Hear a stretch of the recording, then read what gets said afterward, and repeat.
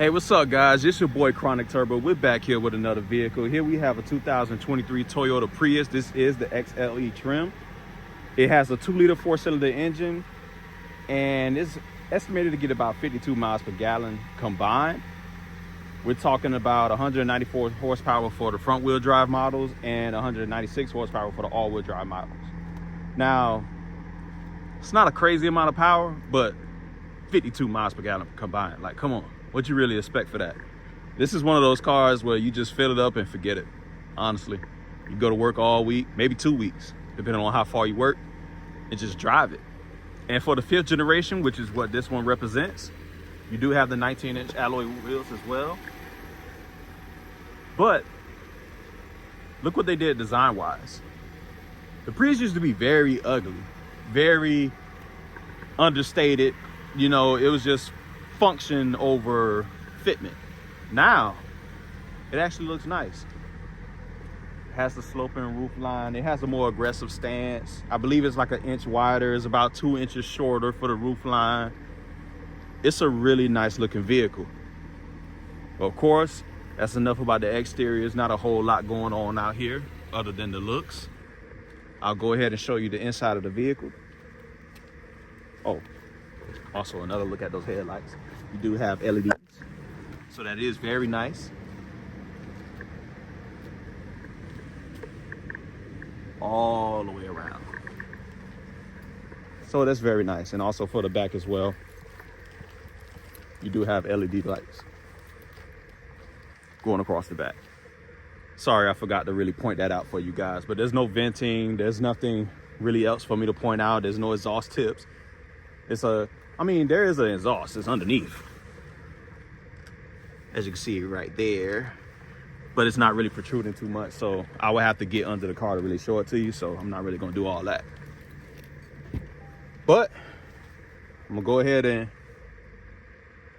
show you the interior. I'm not going to do an exhaust note on this one because it is a hybrid system. It doesn't always kick on, and I'm pretty sure nobody wants to hear how a Prius sounds when you rev the engine. So, but as you can see, this is the back seat.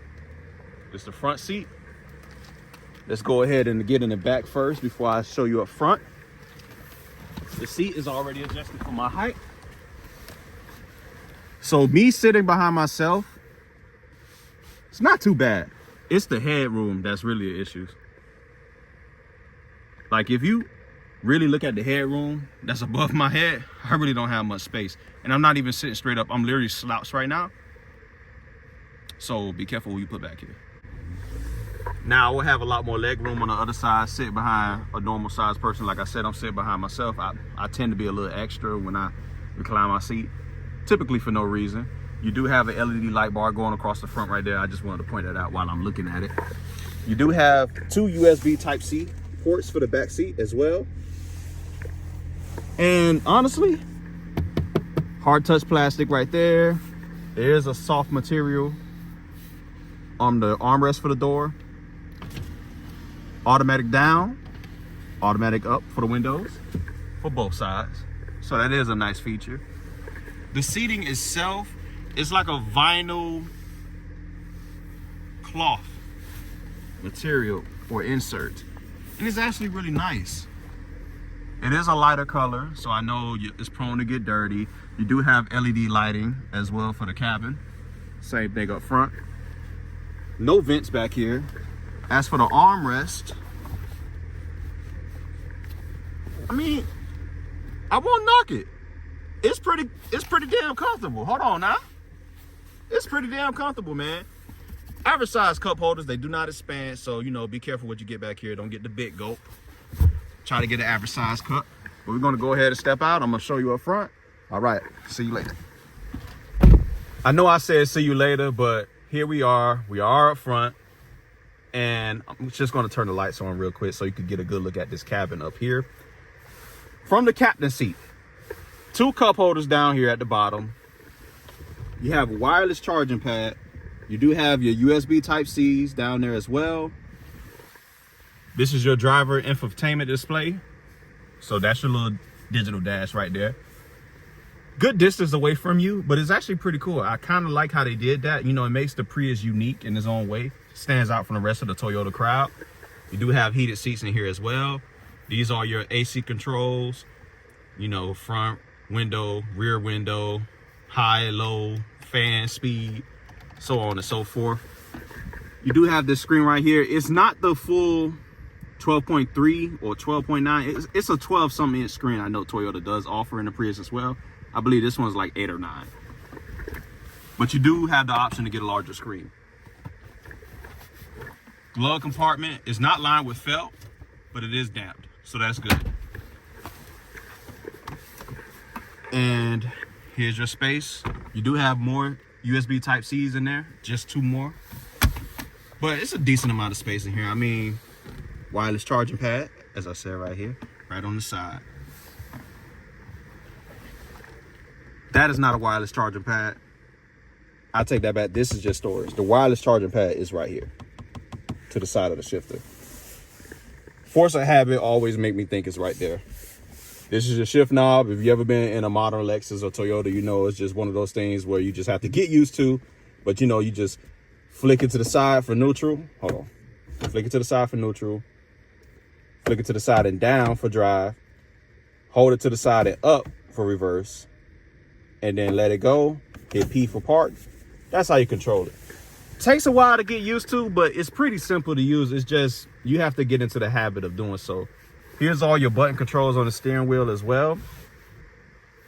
A lot going on, actually. This is how you flip through your pages on your screen. So you just click that. As you can see, the screen is changing. Move the dash over. This is your lane assist. This is your cruise control. I'm not going to go too much into that. Like I said, I'm not driving the vehicle. I am on the lot right now.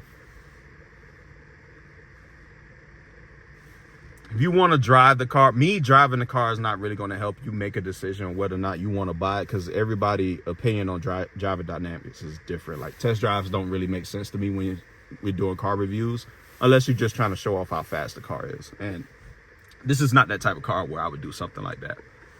But this is the space on the inside.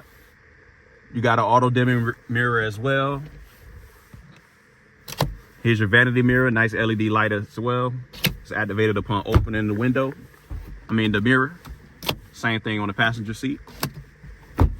Now, let's see what type of space we're working with. I'm gonna go ahead and pop the hood. And I'm going to pop the trunk as well. And I'll be right back.